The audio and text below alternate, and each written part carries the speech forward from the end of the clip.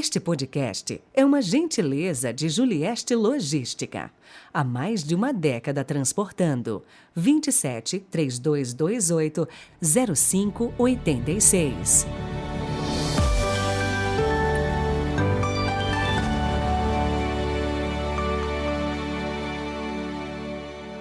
Olá, sejam muito bem-vindos ao nosso podcast deste domingo, que já é o quarto do tempo do Advento. Hoje é 18 de dezembro de 2022. Bom, a coroa do Advento aí na sua comunidade já deve estar toda iluminada e assim também o nosso coração para celebrar a vinda do Senhor e para encher este mesmo coração de esperança para acolher com amor o Cristo que voltará na sua glória. Rezemos.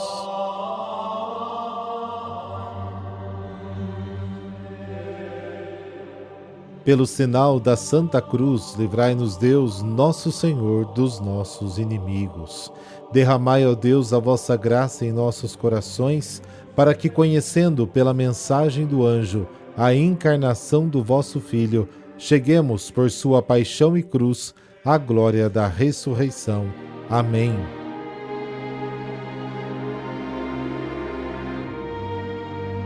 Mateus capítulo 1, versículos de 18 a 24.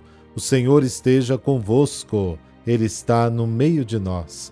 Proclamação do Evangelho de Jesus Cristo segundo Mateus.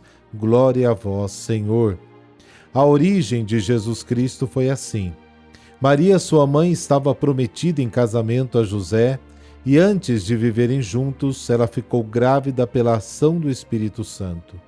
José, seu marido, era justo e, não querendo denunciá-la, resolveu abandonar Maria em segredo.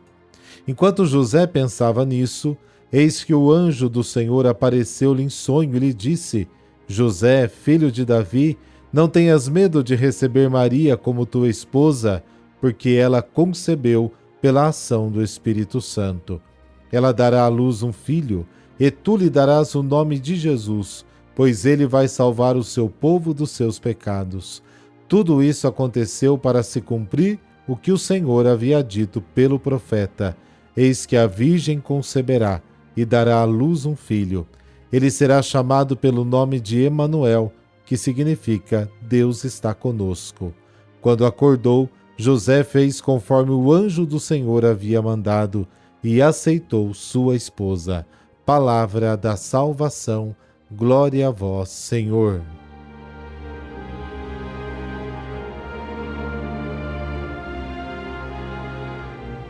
No Evangelho de Lucas, a história da infância de Jesus, capítulos 1 e 2, é centrada na pessoa de Maria. Aqui, no Evangelho de Mateus, a infância de Jesus, também capítulos 1 e 2, é centrada na pessoa de José, o noivo de Maria. José era da linhagem de Davi. Por meio dele, Jesus pertence à raça de Davi. Assim, em Jesus, cumpre-se as promessas feitas por Deus a Davi e seus descendentes. Como vimos no Evangelho, nas 4 mulheres que antecedem Maria, lá na genealogia de Jesus, havia algo de anormal, de incomum, que não condizia com as normas da lei. Tamar, Raabe, Ruth, Betsabeia.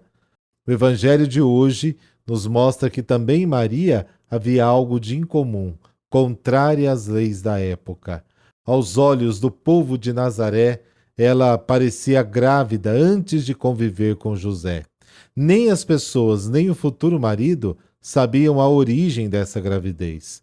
Se José tivesse sido justo segundo a justiça dos escribas e fariseus, teria de denunciar Maria, e a pena que teria que sofrer seria a morte por apedrejamento.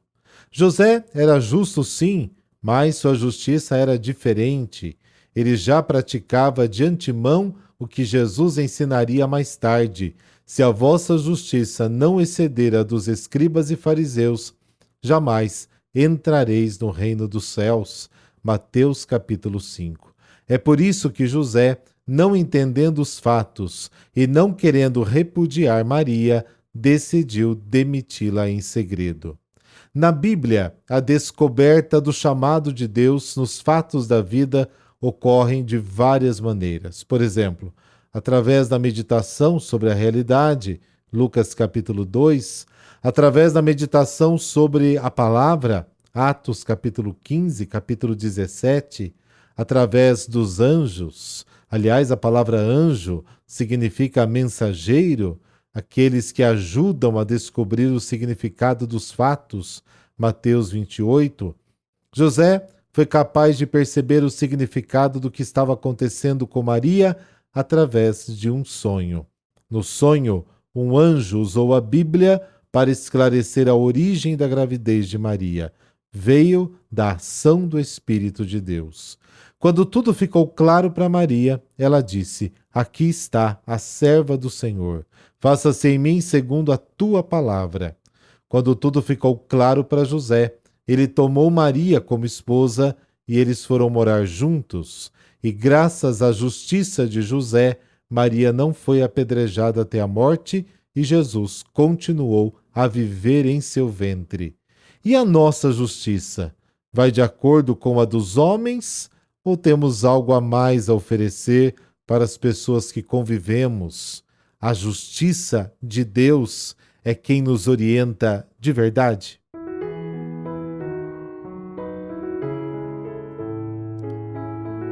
E hoje a igreja celebra um santo com um nome bem difícil. Quem está aí para escolher algum nome, né, nascendo aí uma criança, de repente pode se inspirar no nome dos santos. São Vunibaldo. Ele nasceu em 701 na Inglaterra.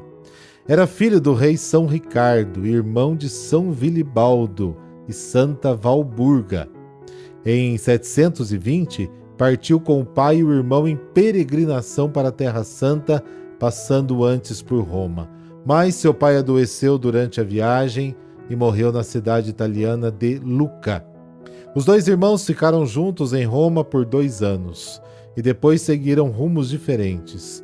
Vilibaldo partiu para a Palestina e ele ali permaneceu estudando por mais de 16 anos. Em 738, Vunibaldo foi ordenado sacerdote e auxiliou o tio, São Bonifácio, que pedira sua ajuda na evangelização da Alemanha. Mas ansiava pela vida monástica e contemplativa. Depois de certo tempo com o tio e de 5 anos na corte, a pedido do Duque Odilon, decidiu-se construir um mosteiro. Comprou um terreno, para onde se retirou com alguns companheiros, e teve a ajuda do seu irmão Vilibaldo, que era bispo, para se estabelecer. Logo nomeado abade, dedicou-se a reforçar a fé na população, que supersticiosa recaía no paganismo. Combateu firmemente esta vida viciosa, pelo que ele e seus monges sofreram ameaças de morte e incêndio. Mas com o tempo, Vinibaldo ficou muito doente e já não conseguia mais ir até a igreja, pedindo então que fosse colocado um pequeno altar na sua cela, no seu quarto. Finalmente pôde ficar mais tempo na quietude da oração que tanto desejara, na contemplação do Santíssimo Sacramento. Faleceu não muito tempo depois, no dia 18 de dezembro do ano 761.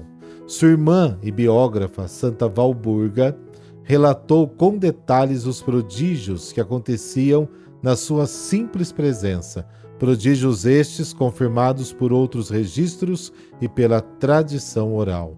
Seu culto está difundido principalmente entre os povos germânicos. Deus de infinita sabedoria e bondade, dai-nos a graça de, por intercessão de São Vinibaldo, vosso obediente servo, vivermos na prática o que rezamos na oração que nos ensinastes. Seja feita a vossa vontade, assim na terra como no céu. Para alcançarmos as alegrias que quereis nos dar nesta e na próxima vida. Amém. Abençoe-vos o Deus Todo-Poderoso, Pai, Filho, Espírito Santo. Amém. Excelente domingo. Até amanhã.